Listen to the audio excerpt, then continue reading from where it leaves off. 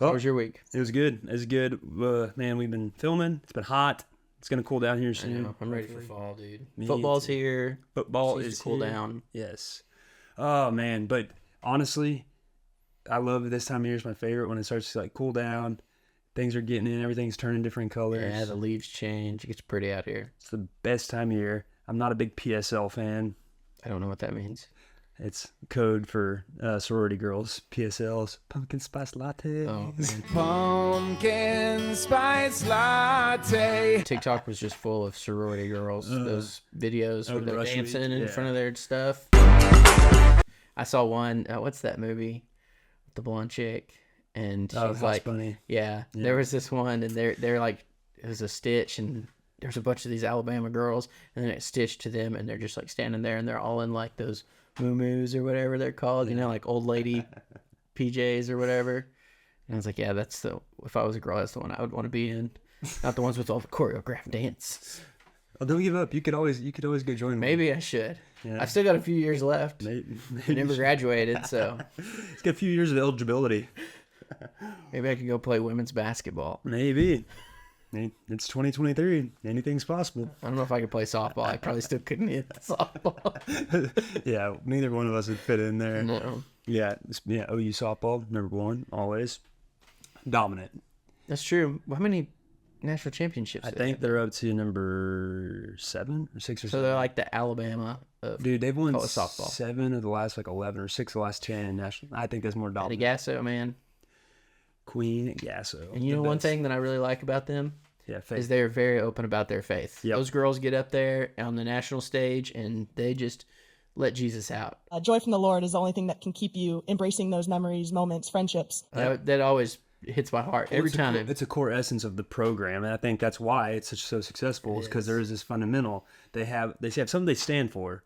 You know, and that's what we always ask people: like, what do you stand for? What's your purpose? What is the principles you live by? Do you have a code you live by? Those teams. We always talk about ours, but Yeah, we talk about our God, family, country, but like, what's your code? Those teams have one. That's why they're so good. I mean, Nick Saban has a structure of a code for his program. That's why Alabama football's so dominant. Bill Belichick did it for the dynasty of the Patriots for so long. That's he why never showed emotion the entire time. He still. I don't think he has any emotion. But what I love about faith is that it does give you structure. It gives you a code to live by. But what's really cool is, and you're wearing a shirt right now. Oh, yeah. A couple weeks ago, I got to visit the National Cowboy Hall of Fame. Missed out, but I got a shirt. But he did get a shirt. Got a shirt out of the situation. Awesome museum. If any of y'all are ever coming through Oklahoma City, that's a must stop. It's the coolest museum. I've seen a lot of museums in my time. Dude, I'm telling you, that's one of the best. Has a lot Cooler of than Reagan. Yeah, it's cooler than the Reagan. And the Reagan Library, Ronald Reagan Library is one of my favorite places in the world. The view, you can't beat that view. But the stuff that's in the National Cowboy Hall of Fame is amazing. And so when I was there, they gave me this, and this is what I wanted to bring up today to you. Oh, yeah. I'm glad we got there. OU softball brought us there. But they gave me this little thing that every employee has at the museum, and it's the Code of the West. And these codes is like what the West stood for back in the day and what it lived by. And it's a code that I feel like we need to bring back today in a lot of the way. And that's what a lot of our content kind of is regards into this. Of like, So you're telling me the West wasn't just all saloons and shootouts and Tombstone? I'm your huckleberry. no, it's kind of like how Yellowstone is. Like, it's not all about like taking people to the train station and, ranching isn't just like, oh, we'll drink beer, we're Doing cattle, TikToks. and doing TikToks. It's, everyone had kind of a code they lived by. And yes, there's outlaws, there's the Jesse Jameses of the world. I mean, there was craziness going on, but there was a code that a lot of people live by. And some of the codes of the West were live each day with courage, take pride in your work, always finish what you start, do what has to be done, be tough but fair. When you make a promise, you keep it.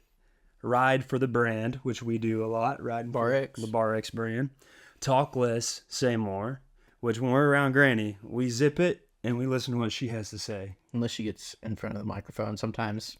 And then she'll talk less. Remember that some things aren't for sale, and that's something that a lot of people just don't understand these days. Definitely not. And then know where to draw the line. And that's something I think we're really starting to see today in society is like the line is starting to get drawn because we've kind of let things, because we've let the code go away of just humanity.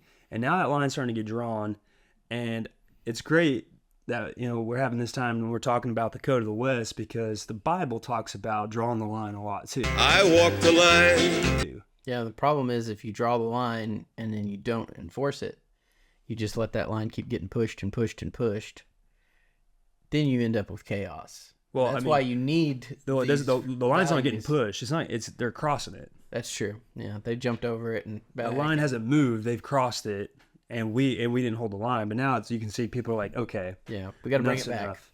And that's what I believe was in Romans. You found a Romans. verse that pertains to drawing that line and then having a code to live by, right? Having your purpose. It says in Romans chapter 8, and we know that God causes everything to work together for the good of those who love God and are called according to his purpose for them. So God has a purpose. He calls for you, for me, for everybody. Yeah. And that's like that line. When people cross that line, it goes against the purpose that God made for us. Yep. And that's like you were saying, is there's a lot of people in society today that are going across that line. Well, they're crossing it, and then also the people. I think society as a whole is like, we have lost our purpose, like what we stand for. And the more it's clear of what we stand for, the more we clear that up of like, this is our principles, and if you don't live by it, that's fine, but you're not going to mess with the way we live. And that's kind of the code of the West. That's also the code of the Bible. Oh yeah. I mean, the 10 Commandments have been there for thousands of years for a reason. People are still breaking them. And people are still breaking them. And that's why, and it's like, it's a tale as old as time. Yeah.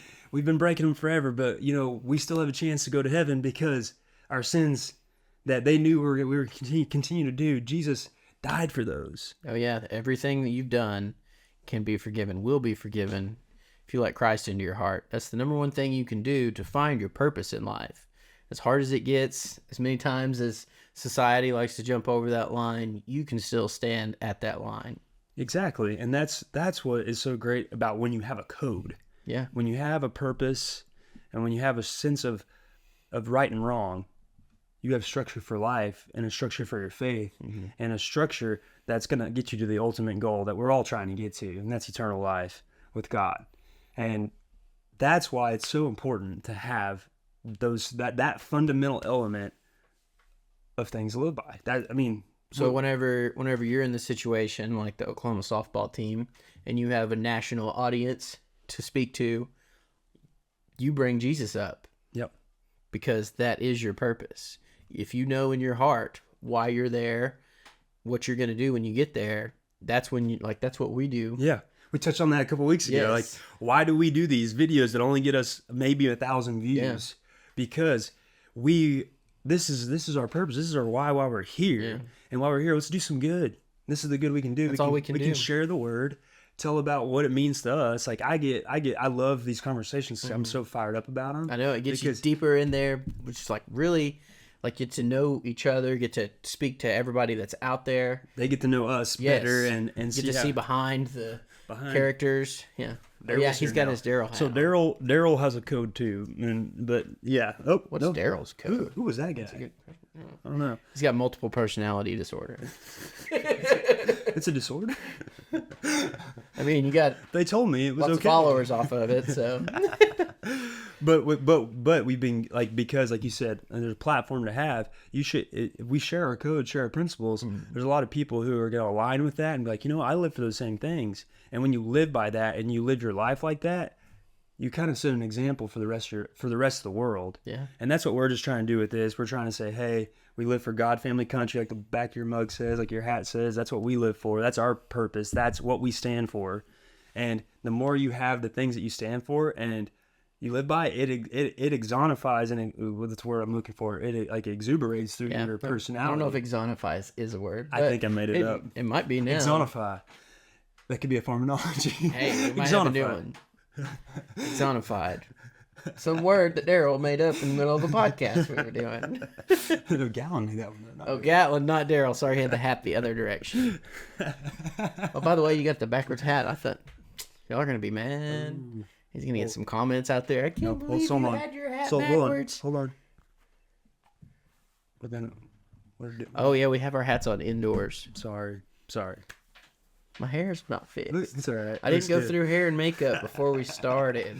Well, I mean, is there anything else you want to cover about the code? Like, we just wanted to kind of talk about a code to live by, and how like the West and the Bible kind of do go hand in hand. Even though it was a crazy time, Manifest Destiny, all these things going on, it wasn't the Wild West. It definitely was the Wild but West. there's a reason faith made it through all that. Yeah. You know, I mean, it's made it for 2,000 years since Jesus, and long before that. the history. Maybe that should be one of our podcasts, the history of faith.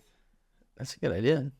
Because we're big. I'm a history guy. You're a history. Yeah. I've actually been reading Kings. I've been reading about Solomon. Oh yeah, that's good. Yeah, I like Solomon. He was Interesting cat. very interesting. He wrote quite a bit too. He did. Yeah. He did. I think he wrote Proverbs Yeah. and Songs. Song of Songs or whatever. Yeah. Yeah, but we do. I like history. Yeah. So then we should talk about, like, not only did it survive the West, Yeah. the West, it survived the coming to America. It survived the Roman Empire. It survived Europe. Like, it survived. The reason America's here is so we could continue to say this and have these podcasts.